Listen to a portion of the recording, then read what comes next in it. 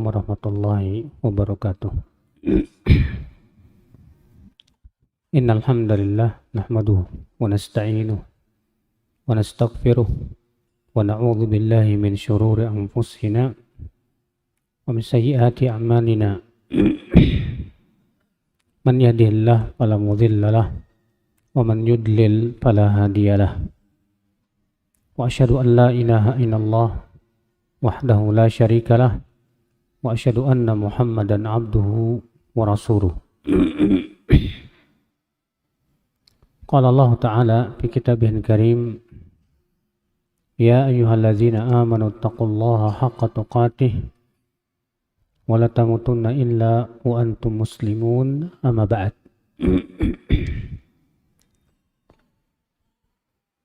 Kita lanjutkan ayol ikhwan kitab Mujmal Usul Aqidah Ahlussunnah wal Jamaah. Kita masuk ke poin 5. Beliau berkata, al-hukmu bi ghairi ma anzalallah kufrun akbar. Berhukum dengan selain apa yang Allah turunkan itu masuk dalam kufur besar. Waqad yakunu kufran duna kufrin. Dan terkadang masuk dalam kufur kecil. Terkadang masuk dalam kufur apa? Kecil. Kemudian beliau menjelaskan kapan kufur besar, kapan kufur kecil.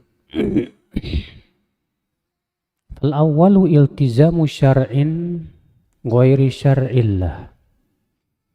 Adapun yang pertama kata beliau yaitu mewajibkan syariat selain syariat Allah. Dia mewajibkan syariat selain syariat Allah. Au tajwizil hukmi bihi, atau membolehkan berhukum dengan hukum selain Allah.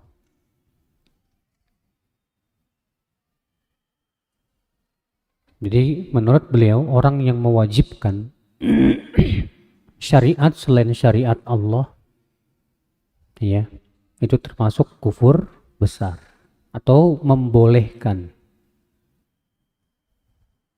Wathani, yang kedua, yaitu kufur kecil, al-udulu an syar'illah, itu menyimpang dari syariat Allah fi waqi'atin muayyanah,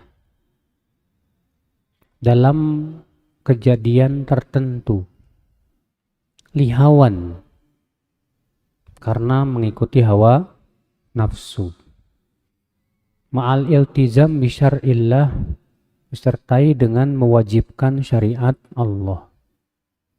Makna iltizam di sini artinya mewajibkan, Mas. Iya. Di sini menurut beliau bahwa kufur kecil kalau dia menyimpangnya dalam kejadian tertentu saja. Namun pendapat beliau ini saya katakan batil.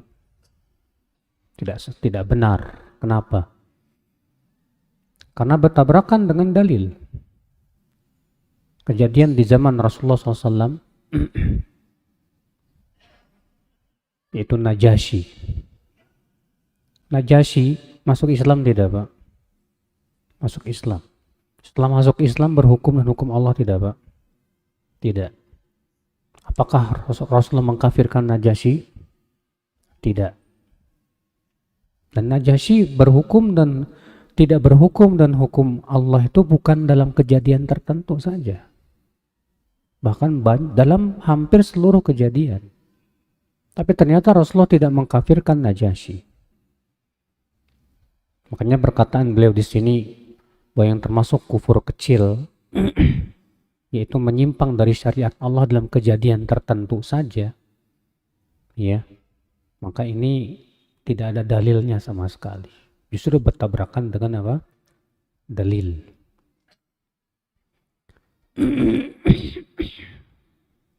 Ikhwatal Islam, Ahlussunnah wal Jamaah sepakat, Pak, bahwa siapapun yang berhukum dengan hukum selain Allah,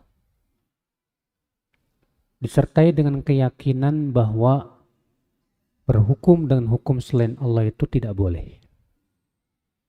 Dan dia yakin bahwa yang wajib itu berhukum dan hukum Allah. Tapi kemudian dia tidak berhukum dan hukum Allah.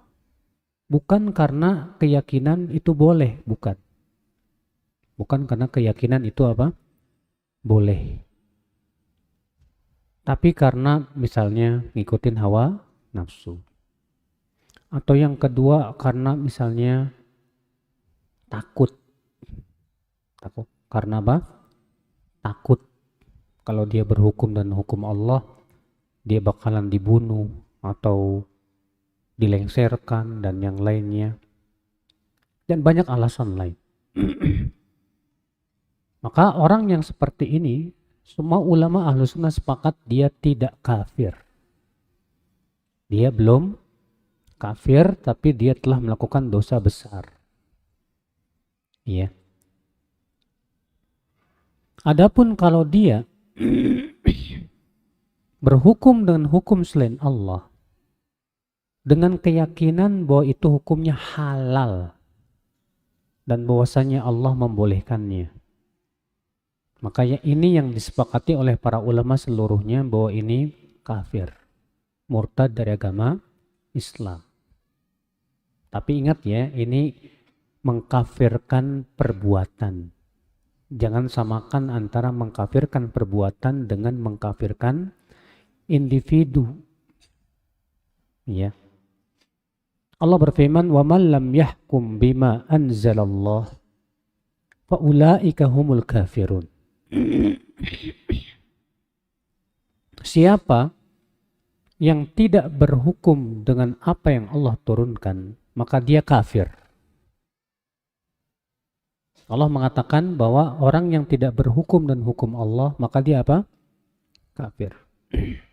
Namun, para sahabat ketika menafsirkan ayat ini, Pak, seperti Ibnu Abbas dan yang lainnya, mereka mengatakan bahwa kafir dalam ayat ini adalah kafir yang tidak mengeluarkan pelakunya dari Islam.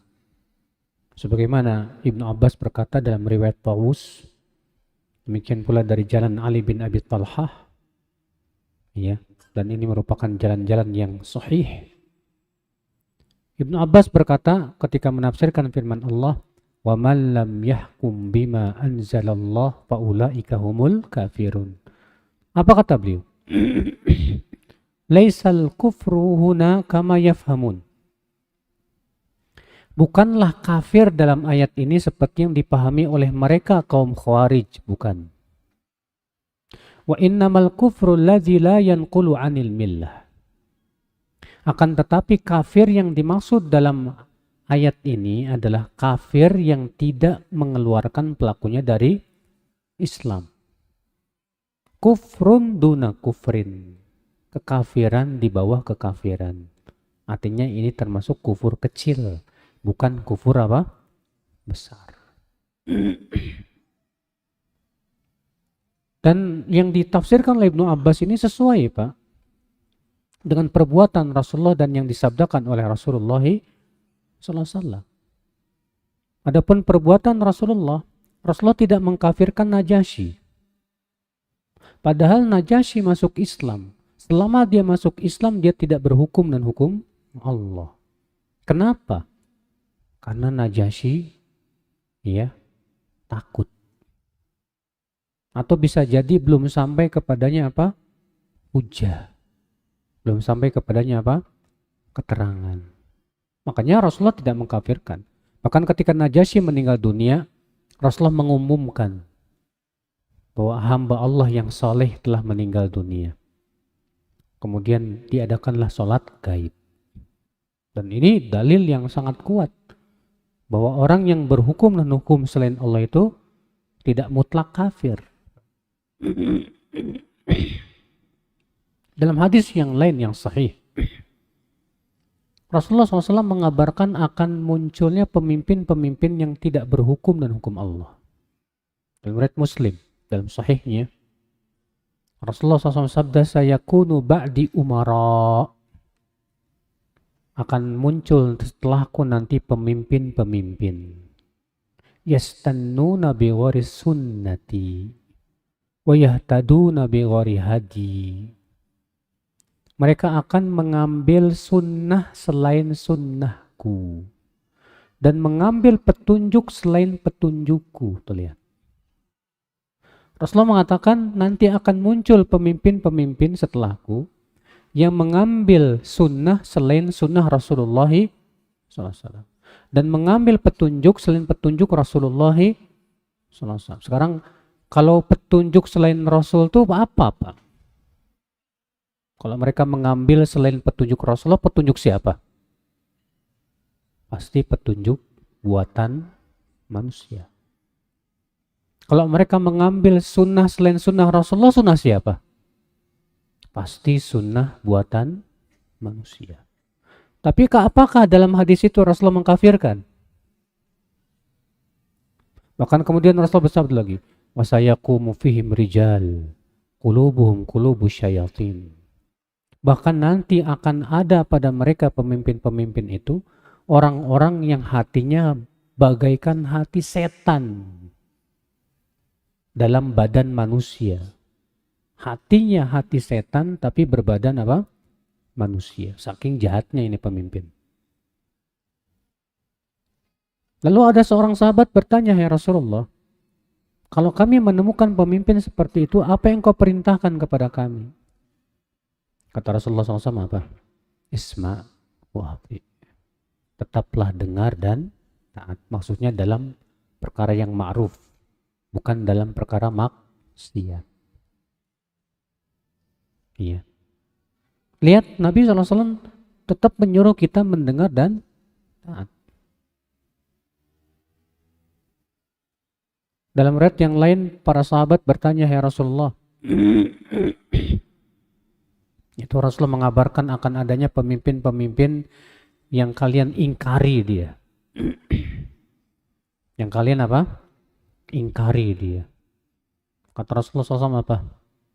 Siapa yang mengingkari dengan hatinya, ya selamat. Siapa yang mengingkari dengan hatinya, dia apa? Selamat. Faman angkara faqad bari.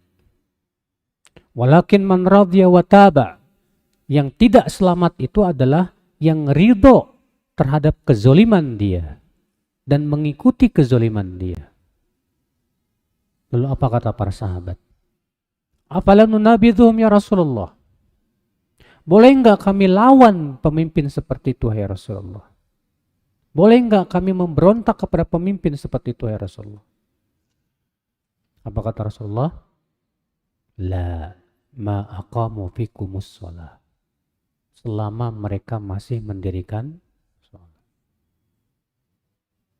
Rasulullah hanya menyebutkan satu saja. Selama mereka mendirikan sholat. Rasulullah tidak mengatakan selama mereka berhukum dan hukum. Tidak. Tapi Rasulullah mengatakan selama mereka masih mendirikan sholat, tidak boleh kalian memberontak. Lihat akhwal Islam.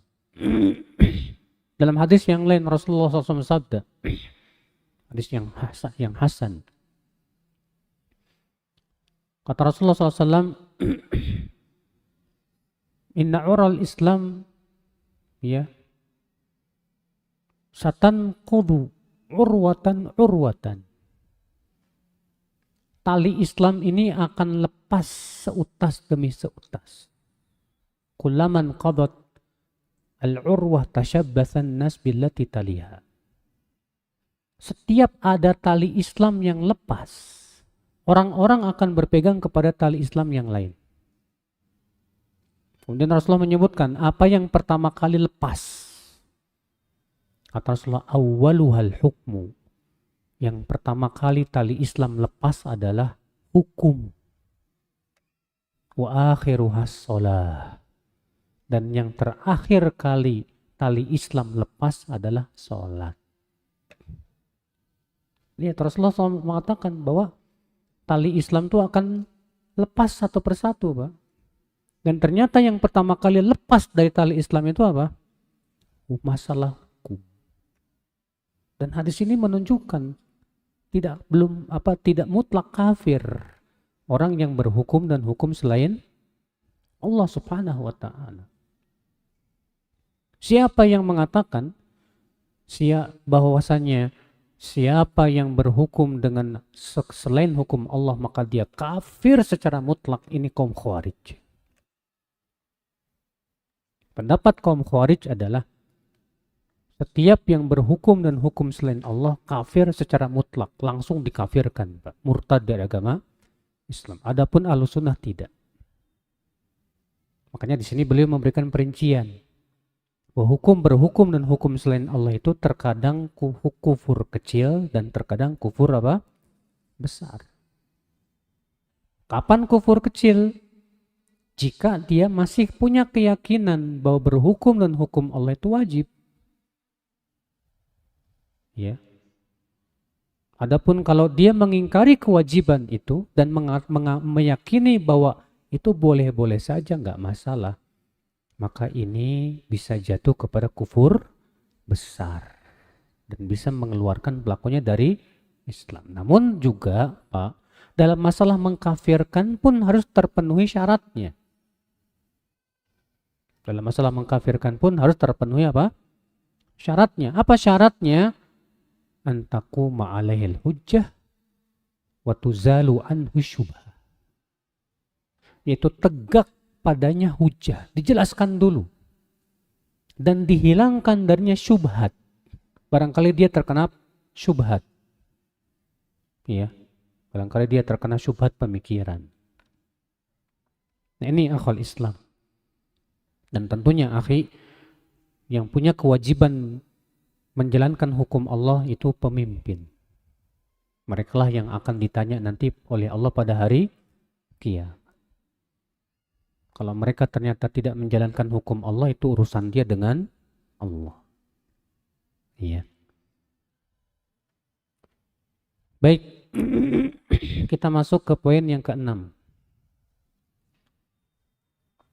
Taqsimud dini ila haqiqatin yatamayyazu bihal khassatu wa syari'atin talzamul 'ammatu dunal khassah. Wa faslu siyasati aw ghairiha anid dini batilun. Bal kullu ma khalafa syari'ata min haqiqatin aw siyasatin aw ghairiha fahuwa imma kufrun wa imma dhalalun bihasbi darajatihi.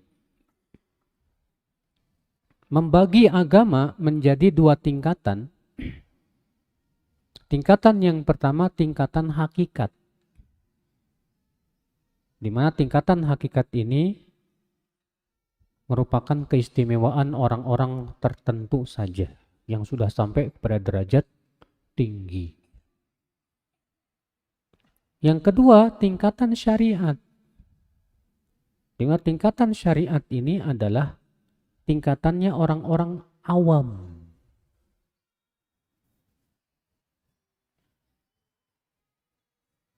Demikian pula memisahkan ya siasah politik atau yang lainnya dari agama adalah batil. Memisahkan siasah itu artinya politik, Pak, atau yang lainnya dari agama adalah batil. Bal kullu ma khalafa syariah, maka semua yang menyelisih syariat, baik ia tingkatan hakikat ataupun masalah siasat ataupun yang lainnya, maka ini kufur atau kesesatan sesuai dengan derajatnya. Di sini beliau akhi menyebutkan tentang keyakinan orang-orang tasawuf, Pak. Orang-orang sufi, di mana mereka punya keyakinan bahwa agama itu ada dua tingkatan, Mas. Tingkatan yang pertama yaitu tingkatan hakikat. Dan tingkatan yang Di bawahnya adalah tingkatan syariat. Apa itu tingkatan syariat? Itu tingkatan untuk orang-orang awam, di mana mereka wajib melaksanakan syariat. Wajib sholat, wajib zakat, wajib puasa, wajib haji, wajib umroh. Demikian pula wajib meninggalkan larangan yang diharamkan. Ya, saudaraku seiman. Nanti kata mereka, kalau sampai derajat hakikat, derajat apa? Hakikat. Kapan disebut derajat hakikat? Kalau melewati fase, Pak. Ya. Di mana mereka melewati fase fana. Jadi untuk sampai derajat hakikat itu ada wirid-wirid tertentu, Pak. Kemudian kasyaf, mukasyafah, terbukanya tirai gaib. Ya. Kemudian nanti akan ada suatu masa sebelum sampai kepada derajat wali, agak sedeng dikit. Mereka menyebutnya dengan istilah majdub. Istilah apa? Majdub. Iya. Antum pernah lihat di YouTube ya, orang agak gila gitu. Wah, ini mau jadi wali, ini diagung-agungkan. Kalau sudah sampai derajat yang tinggi, mereka sampai kepada derajat hakikat. Wali. Maka ini tidak perlu ikut syariat Nabi. Gak perlu sholat lagi, gak perlu puasa lagi, gak perlu meninggalkan larangan.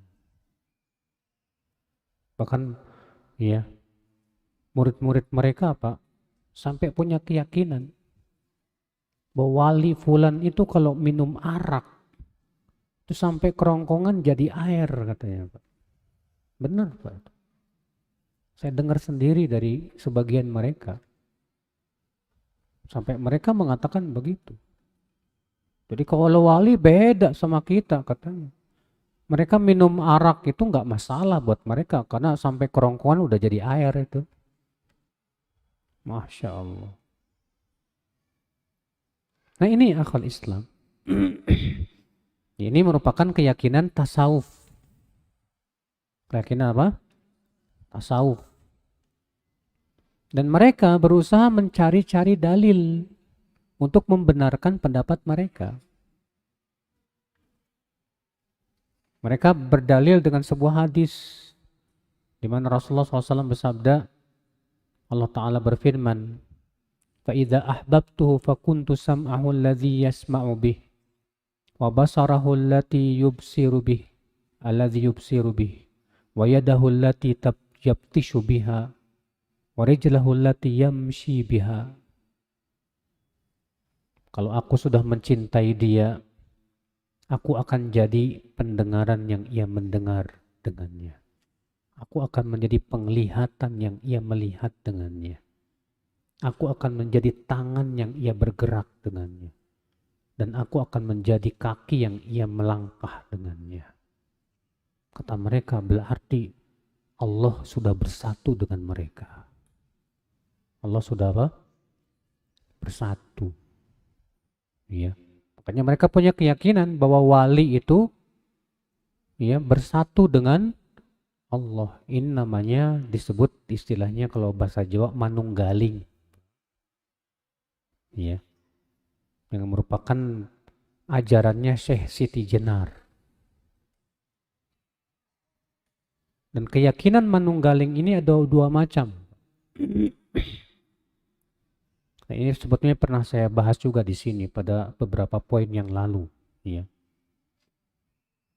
Yang pertama, keyakinan Ibnu Arabi yang meyakini bahwa Allah bersatu dengan makhluk-makhluknya.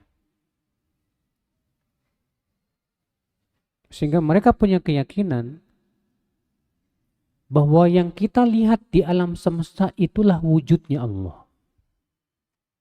Sampai Ibnu Arabi berkata apa?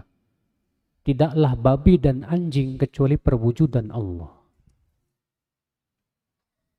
Makanya Ibnu Arabi Pak dikafirkan oleh banyak ulama. Imam Ghazali mengkafirkan Ibnu Arabi. Ya. Bahkan sebagian menghikayatkan adanya ijma. Para ulama sepakat akan kekafirannya Ibnu Arabi. Karena mereka punya keyakinan bahwa Allah bersatu dengan apa? Semua makhluk. Bersatu dengan semua apa? Makhluk. Dan ini keyakinan sangat menyesatkan, Pak. Karena dengan keyakinan ini berarti orang yang menyembah batu, orang yang menyembah pohon, gak masalah. Karena itu hakikat perwujudan Allah. Sehingga mereka tidak mengingkari menyembah batu, menyembah pohon, menyembah hewan, dan yang lainnya. Karena itu tadi keyakinannya. Bahwa ya, yang kita lihat di muka bumi ini, di alam semesta ini, itulah perwujudan Allah. Ini mengerikan. Yang kedua, yaitu ini disebut wahdatul wujud ya. Yaitu Allah bersatu dengan orang-orang tertentu saja. Itu para wali. Para apa? Para wali. Sehingga mereka menganggap bahwa wali itu bersatu dengan Allah Subhanahu wa ta'ala. Oleh karena itulah mereka punya keyakinan wali tidak mungkin salah. Wali tidak mungkin apa? Salah. Mereka berhujah dengan hadis tadi, Pak. Allah berfirman, kalau aku sudah mencintainya, aku yang akan menjadi pendengaran yang ia mendengar dengan, penglihatan yang ia melihat dengannya, tangan yang ia memukul dengannya, dan kaki yang ia melangkah dengan. Memang kalau kita perhatikan hadis ini seakan-akan mendukung pendapat mereka, Pak. Padahal hadis ini tidak mendukung sama sekali. Tidak mendukung keyakinan mereka Allah bersatu dengan wali. Karena disebutkan dalam akhir hadis itu apa? Wala in sa'alani la'u'tiyanna. Jika ia minta kepadaku, pasti aku akan beri. Nah, kalau dia sudah bersatu dengan Allah, ngapain lagi harus minta? Wala in ista'adani la'u'idanna. Jika ia meminta perlindungan kepadaku, aku pasti lindungi dia. Para ulama akhir hadis ini membantah keyakinan ya orang-orang tasawuf tadi. Maka Ibnu Taimiyah rahimahullah membantah keyakinan wahdatul wujud ini dengan ilmu kimia. Beliau mengatakan bersatunya dua unsur tidak lepas dari tiga keadaan. Kalau ada dua unsur bersatu, tidak lepas dari tiga keadaan. Keadaan yang pertama, unsur A ikut unsur B. Keadaan yang kedua, unsur B ikut unsur A. Keadaan yang ketiga, membentuk unsur yang baru. Membentuk unsur yang baru. Contoh misalnya oksigen dengan hidrogen. Ketika bertemu ya jadi H2O atau air jadi air ya. Jadi bentuk baru tuh. Nah, sekarang kata beliau Allah bersatu dengan makhluk. Imma Allah mengikuti sifat makhluk. Berarti Allah makan, Allah minum, Allah kawin. Mustahil. Atau makhluk ikut sifat Allah. Gak makan, gak minum, gak kawin. Ini pun mustahil. Atau membentuk unsur baru. Persatuan antara manusia dengan Allah. Nggak ada juga. Maka dari seluruh sisi keadaan batil, akhi. Ya, tidak mungkin Allah bersatu dengan apa? Makhluk. Sama sekali tidak. Makanya Ahlus Sunnah punya keyakinan bahwa Allah beristiwa di atas arash, berpisah dengan makhluknya. Iya. Nah ini saudaraku seiman, rahimani wa rahimakumullahu jami'an. Makanya pembagian agama menjadi hakikat dan syariat ini batil. Ini apa? Batil. Kemudian, akhi, yang benar pembagian itu adalah bahwa agama kita dibagi menjadi 3 tingkatan. Itu yang ditunjukkan oleh hadis Jibril. Apa itu? Yaitu yang pertama tingkatan Islam. Kemudian naik tingkatan iman. Kemudian naik tingkatan ihsan. Nah inilah yang ditunjukkan oleh dalil ya. Tingkatan Islam ini yang paling rendah. Imam Ahmad ditanya, siapa muslim? Kata Imam Ahmad, yang masih melakukan dosa-dosa besar. Siapa mukmin? Yaitu yang menjalankan kewajiban dan menjauhi larangan. Siapa muhsin? Yaitu bukan hanya melaksanakan kewajiban dan menjauhi larangan, tapi mereka melakukan yang lebih dari itu, dari perkara-perkara yang disunnahkan. Nah, pembagian inilah yang benar, yang ditunjukkan oleh dalil itu dalam hadis Jibril, di mana Jibril mengajarkan kepada Rasulullah SAW dan para sahabatnya ya tentang 3 tingkatan ini. Ya. Kita lakukan dan memisahkan politik, ekonomi dan yang lainnya dari agama adalah batil. Jadi katanya agama-agama, politik-politik.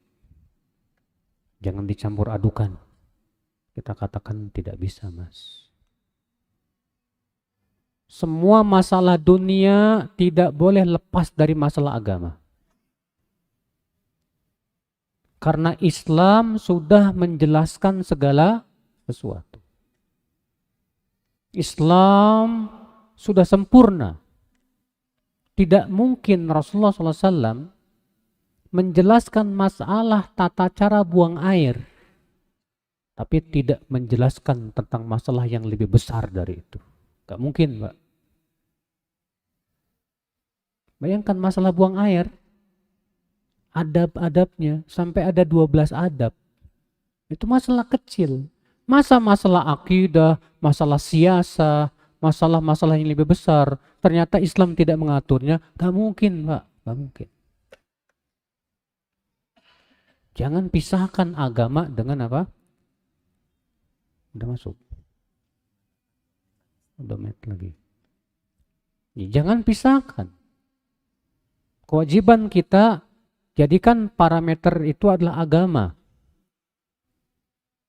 Adapun yang lain yang ikut, kita lihat bagaimana hukumnya secara agama. Halal tidak, haram atau tidak. Dalam masalah politik apalagi, kita harus lihat bagaimana politik Islam. Bukan politik yang menghalalkan segala cara. Iya. Tapi politik yang sesuai dengan Islam.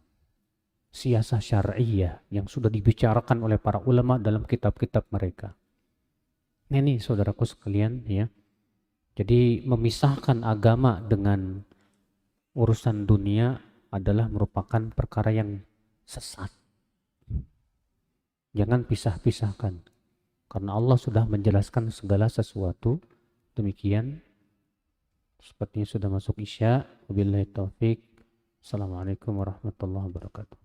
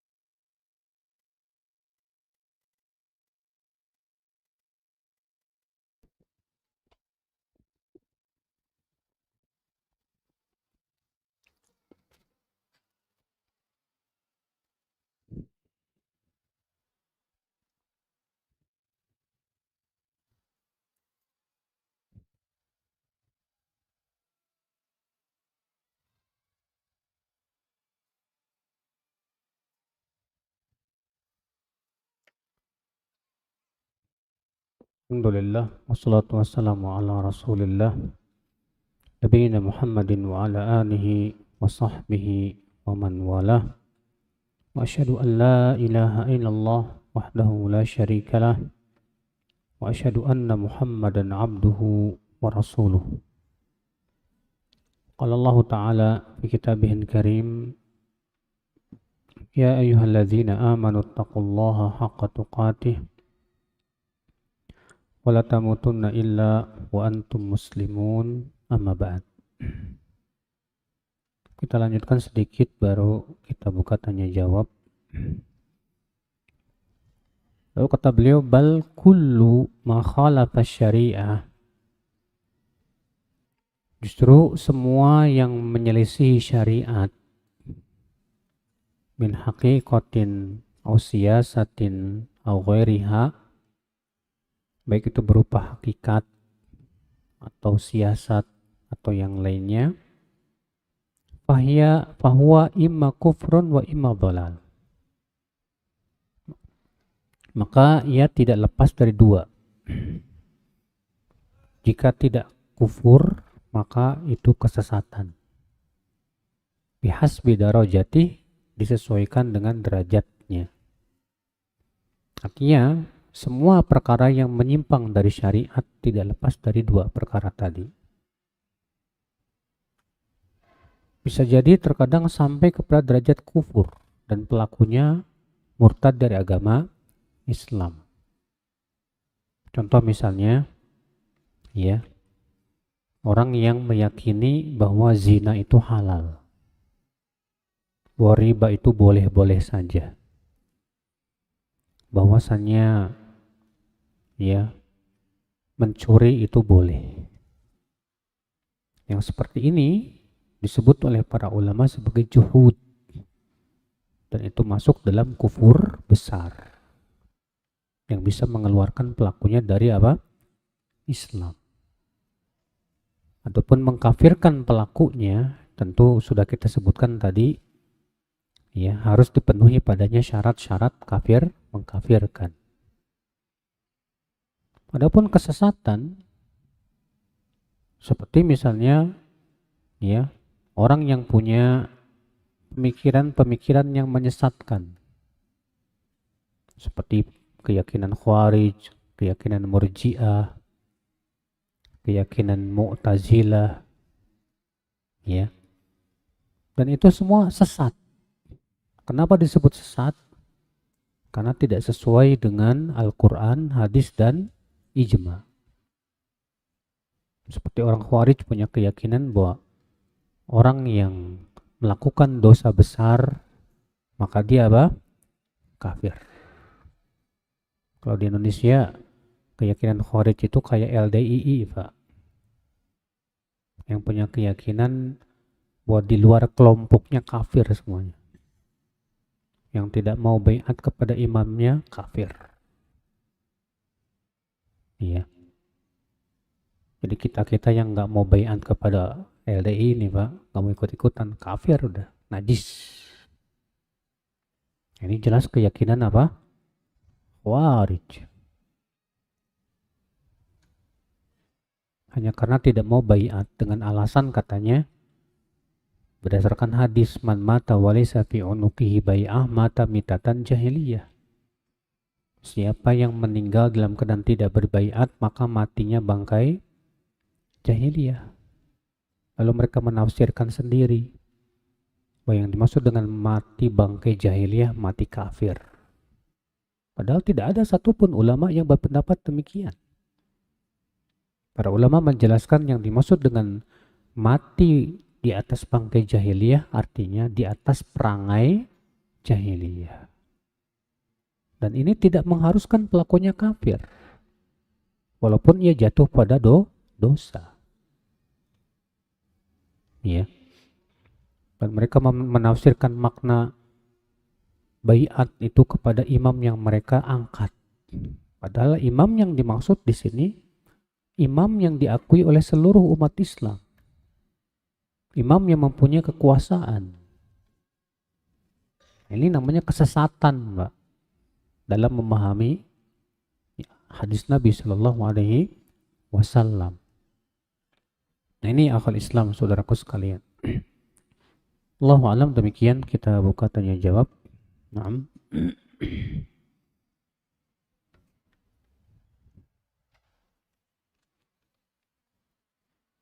Bagaimana hukumnya anak perempuan yang suka upload fotonya di medsos? Waduh. Dan hukumnya anak yang suka membentak orang tuanya. Durhaka ini. Adapun wanita yang suka upload fotonya di medsos, hati-hati. Perbuatanmu itu termasuk dosa. Allah menyuruh wanita itu menutup perhiasannya. Allah berfirman, "Wala yubdina zinatahunna." Janganlah para wanita memperlihatkan perhiasan-perhiasan mereka. Apa perhiasan? Semua yang sifatnya ya menarik.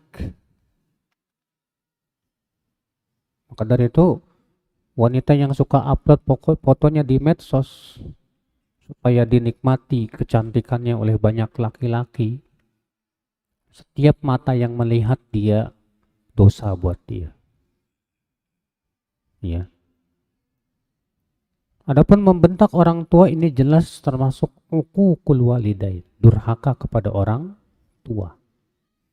Allah berfirman, "Wala taqul lahuma uff wala tanharhuma wa qul lahuma qawlan karima."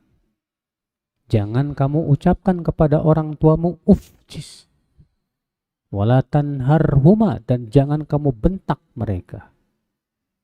Dan ucapkan kepada mereka dengan ucapan yang lemah, lembut, yang mulia. Ya.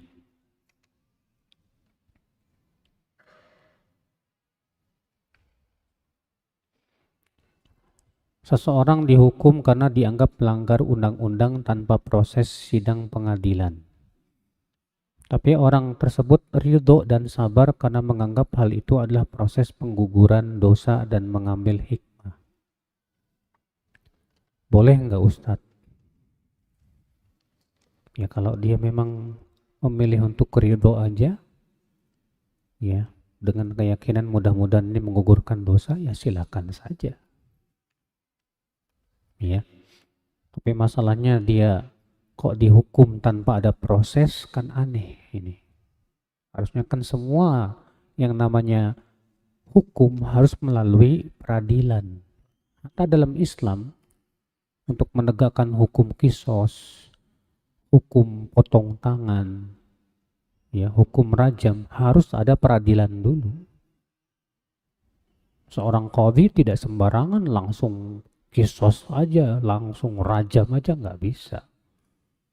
Harus dipastikan dulu tidak ada syubhat. Karena kaidah mengatakan al-hudud tudra'u bisyubuhat. Pelaksanaan hukum had bisa batal karena adanya syubhat. Syubhat itu artinya ketidaksamaran. Ya.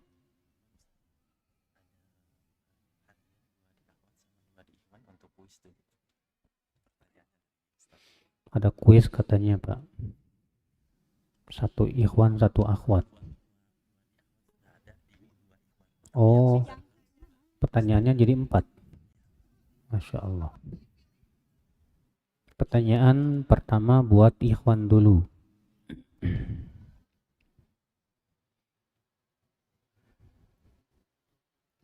Berhukum kepada hukum selain Allah, apakah mutlak pelakunya kafir? Allah. Apakah orang yang berhukum dan hukum selain Allah pelakunya mutlak kafir? Assalamualaikum. Salam. Jawab, Pak. Tidak. Tidak, tapi tergantung dengan apa keyakinannya. Bisa jadi dosa besar atau bisa jadi kufur. Ahsan, tabarakallah fik. Siapa nama antum, mana lupa? Iqbal. Iqbal, Masya Allah. Oh, untuk ikhwan aja 2. Untuk pertanyaan yang kedua, kapan berhukum dan hukum selain Allah itu menjadi kafir besar? Abol yang di belakang tuh. Kapan berhukum dan hukum selain Allah itu menjadi kafir besar? Mik.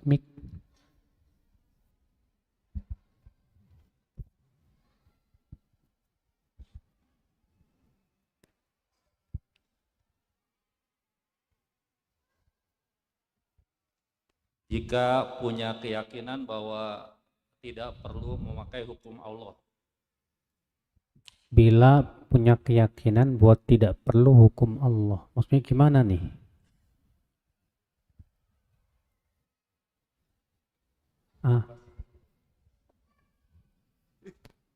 Dijelaskan lagi. Jika kondisinya tidak memungkinkan untuk memakai hukum Islam. Apa? Jika tidak memungkinkan memakai hukum Islam. Seperti Raja Najasyi. Pertanyaannya cuma jawabannya beda jauh nih, Pak. Ada yang bisa jawab? Fadhal.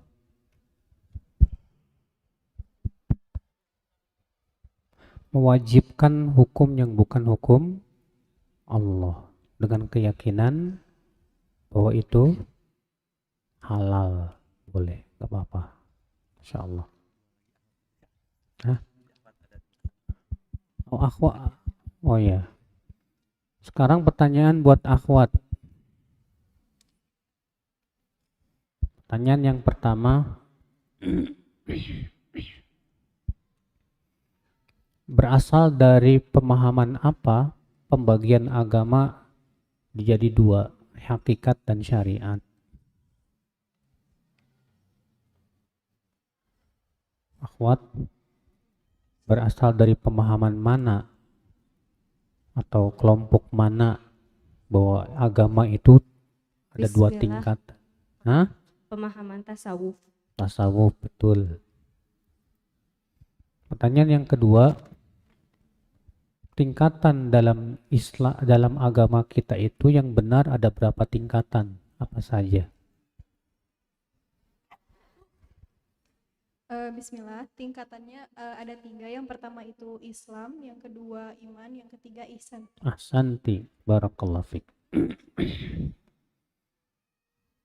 Apakah ada pertanyaan ya? Kita kembali kepada pertanyaan. Apakah dibenarkan bila seseorang memposisikan Syekhul Islam Ibnu Taimiyah, Syekh Muhammad bin Abdul Wahab, dan syekh-syekh lainnya sebagai ulama salaf, kemudian mensucikan pendapat mereka? Apakah ini termasuk fanatik? Mensucikan pendapat siapapun tidak boleh. Ini keyakinan Ahlus Sunnah wal Jamaah. Tidak pernah salafus soleh dari kalangan sahabat, tabi'in, tabi'ut tabi'in, Pak, mengajarkan kita untuk mensucikan seseorang kecuali Rasulullah SAW. Ibnu Abbas ketika menyampaikan hadis tentang masalah haji tamattu, lalu ada orang yang berkata, Abu Bakar dan Umar mereka memilih haji ifrad. Apa kata Ibnu Abbas? Yushik an tanzila alaikum hijarah minas sama. Hampir-hampir turun kepada kalian batu dari langit.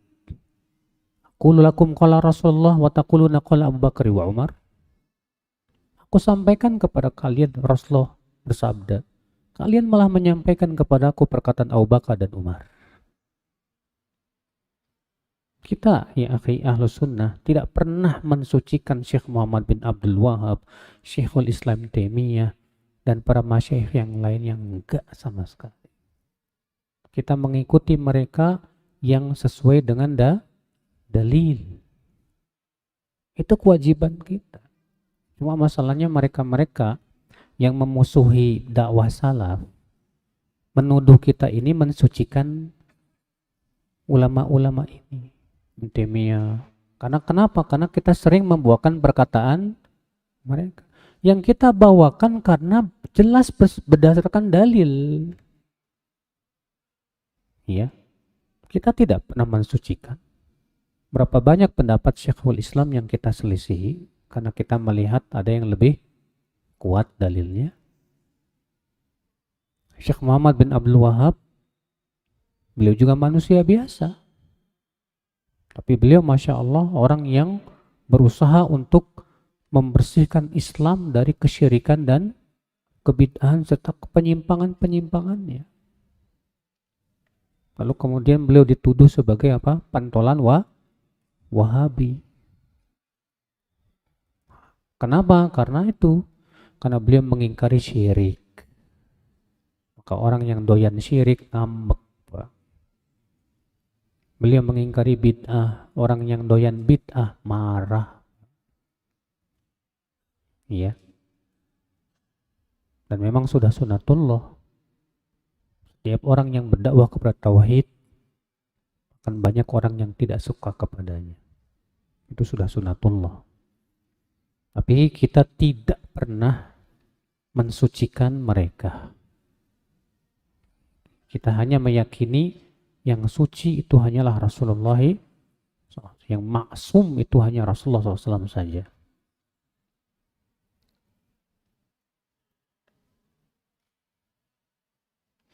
Saya seorang karyawan yang bekerja sebagai penjaga toko. Di toko tersebut terdapat jimat atau rajah yang ditulis dengan huruf-huruf Arab dan dipasang di dinding. Bolehkah saya bekerja di situ? Boleh, tapi dalam rangka mengingkari. Kalau antum tidak mengingkari, diam 1000 bahasa, antum setan bisu. Ya. Dan keberadaan antum di situ kalau Allah turunkan azab kena antum. Ya. Dan kebetulan juga bosnya seorang non muslim, Ustadz. Tapi dia percaya sama jimat-jimat dengan tulisan huruf Arab. Jelaskan bahwa dalam Islam itu nggak boleh ini, Mas. Dalam Islam ini termasuk keyakinan-keyakinan yang syirik. Kalau dia nanya syirik apaan sih? Jelasin. Kalian antum dakwahi dia.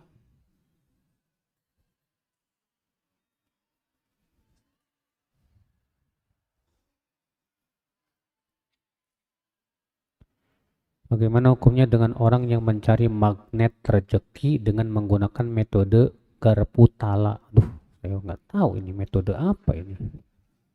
Ada yang tahu nggak? Metode garpu tala.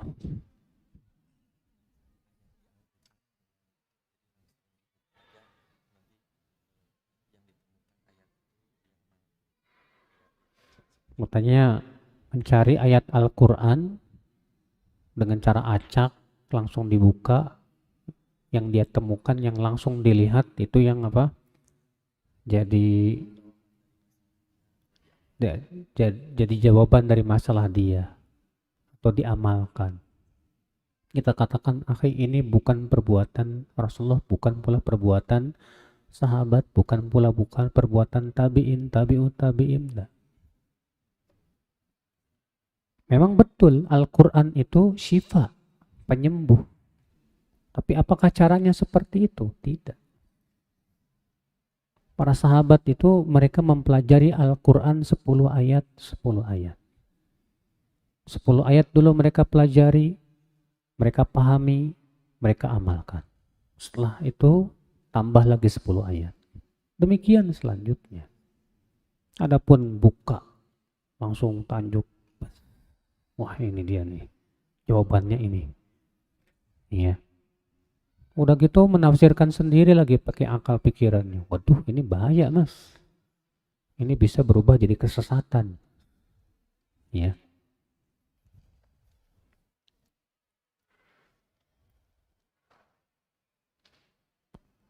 Nabi berpesan untuk tetap berada dalam sunnah sekalipun bersendirian. Sunnah yang benar seperti apa, Ustadz? Mungkinkah kaum sufi dan wahdatul wujud juga merasa telah dalam sunnah? Jadi mereka merasa sudah benar sekalipun berbeda dengan yang kebanyakan yang lain. Jadi hanya karena mereka merasa benar, antum benarkan gitu. Hah? Akhi, Fir'aun ngerasa benar nggak? Fir'aun aja ngerasa benar, Mas. Buka tuh dalam surat Ghafir. Qala Fir'aunu ma urikum illa ma ara wa ma ahdikum illa sabila rasyad. Berkatalah Fir'aun, aku tidak memandang untuk kalian kecuali yang aku pandang baik, dan aku tidak membimbing kalian kecuali kepada jalan kebenaran. Yang ngomong Fir'aun. Fir'aun ngerasa di atas kebenaran. Apakah hanya karena Fir'aun ngerasa di atas kebenaran lalu kita tidak boleh salahkan? Musibah. Semua orang yang tersesat, rata-rata mereka merasa tidak sesat. Ya. Maka tentu saudaraku, dalam menilai sesuatu itu benar atau salah, kita punya parameter yang jelas. Al-Quran, hadis, ijma. Ya. Nah, orang sufi yang dengan keyakinan wahdatul wujud, mana asalnya dari Rasulullah, para sahabat, para tabi'in? Tidak ada. Sama sekali. Dan itu pun mereka mencari-cari dalil yang dipaksakan supaya sesuai dengan keinginan mereka. Itu musibah, saudaraku seiman. Ya. Bolehkah kita menafsirkan Al-Quran sendiri dengan melihat terjemahan dalam Al-Quran? Karena bukankah kita diperintahkan untuk berpikir? Ya, antum berpikirnya pakai apa? Kalau hanya mengandalkan akal pikiran antum, sedalam apa ilmu Anda untuk menafsirkan Al-Quran? Karena menafsirkan Al-Quran gak sembarangan, Mas. Tafsirkan Quran dengan Quran, tafsirkan Quran dengan hadis, tafsirkan Quran dengan pendapat sahabat, tafsirkan Quran dengan pendapat tabi'in. Itu sudah belum fase-fase ini dilewati?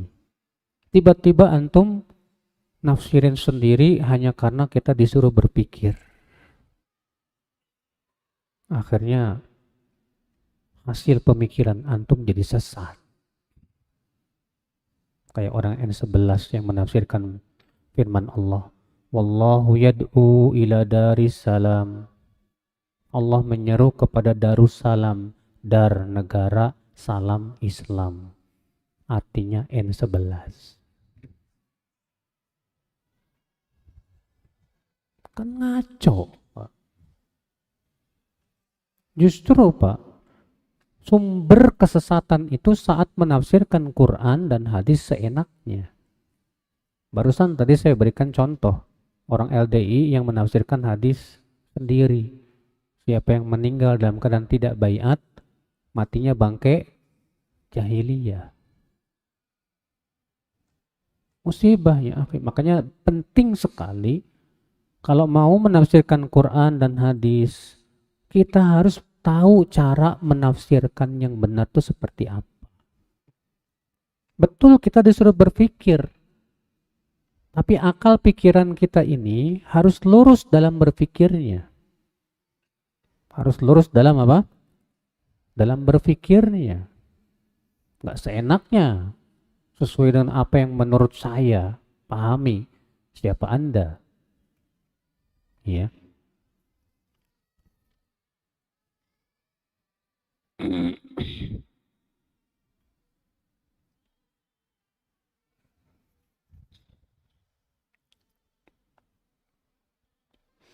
Saya profesional bidang sipil, bagian quality control, bangunan-bangunan, tentang kelayakannya dan kekuatannya. Kadang klien kami dari gedung-gedung gereja atau gedung tempat hiburan, kadang diskotek dan sejenisnya. Gimana tuh Ustaz? Wala ta'awanu 'alal itsmi wal 'udwan. dan jangan saling tolong menolong dalam dosa, dan itu jawabannya.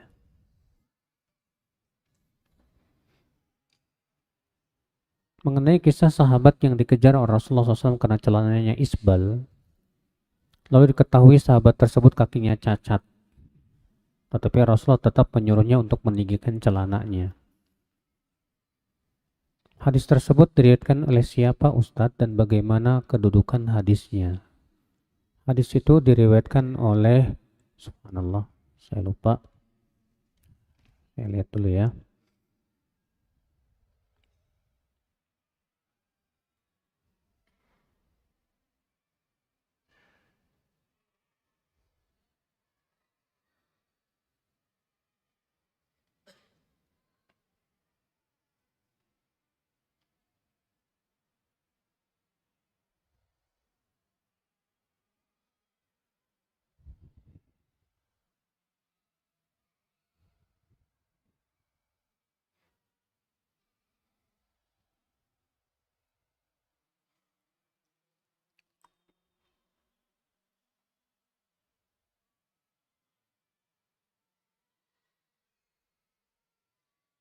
Ini disahihkan oleh Syekh Albani dalam silsilah hadis sahih ya.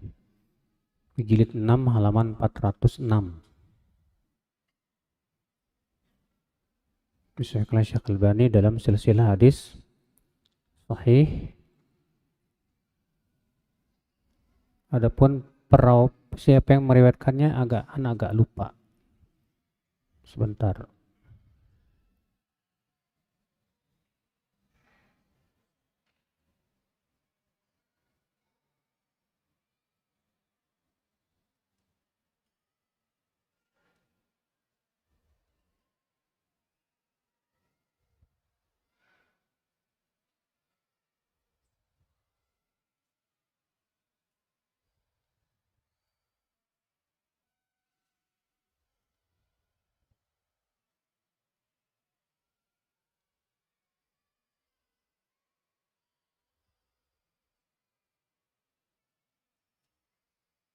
Ya, nanti Anda cari lagi ya. Yang jelas hadis itu disahihkan oleh Syekh Albani dalam silsilah hadis sahih. Pertanyaan berikutnya, Ana seorang akhwat berambut panjang hitam lurus. Ini mau kenalan apa ya, gimana nih? Nggak punya uban. Nah, tinggal di kosan di mana lingkungan kosan tidak ada yang beruban. Kedua, Ana hampir tiap hari menemukan rambut putih di bawah bantal, kasur, lemari, dan lain-lain. Rambut putih kadang sepanjang telunjuk atau kelingking. Allahu a'lam, ini rambut siapa dan datang dari mana? Apa yang Ana harus lakukan, Ustadz? Dan rambut yang Ana temukan harus Ana apakan? Bacakan aja surat Al-Baqarah. Rasulullah bersabda, "Iqra'u surat Al-Baqarah fa inna syaitan yanfiru minal bait alladhi tuqra'u fi suratul Baqarah." Bacalah surat Al-Baqarah karena setan akan lari dari rumah yang dibacakan padanya surat Al-Baqarah. Iya. Adapun rambut tersebut cukup kita buang saja. Karena kalau misalnya dikatakan ini rambut siapa, sementara teman-teman nggak ada yang beruban. Tapi kok ada rambut-rambut putih begitu? Ya bisa jadi syaitan yang membawanya, jin dan yang lainnya, hanya Allah yang maha tahu. Yang jelas antum ya anti bacakan saja surat Al-Baqarah supaya setan-setan itu apa? Lari ya dari rumah. Demikian saya kira cukup. Semoga yang saya sampaikan bermanfaat. Subhanakallah bihamdik, asyhadu an la ilaha illa anta, astaghfiruka wa atubu ilaik. Wassalamualaikum warahmatullahi wabarakatuh. Waalaikumsalam warahmatullahi wabarakatuh. Syukran jazakallahu khairan wa barakallahu fiik kepada Al-Ustaz Abu Yahya Badrul Salam hafizahullah taala.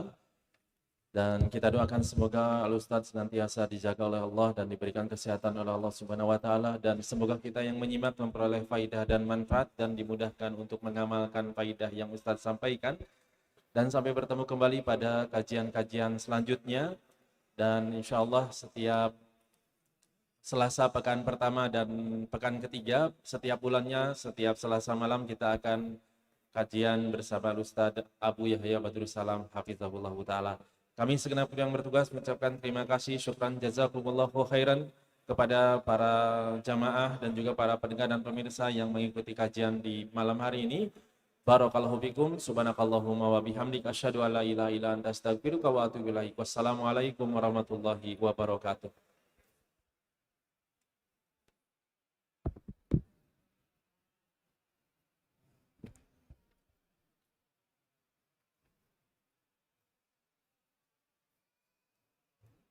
Ngapain sih?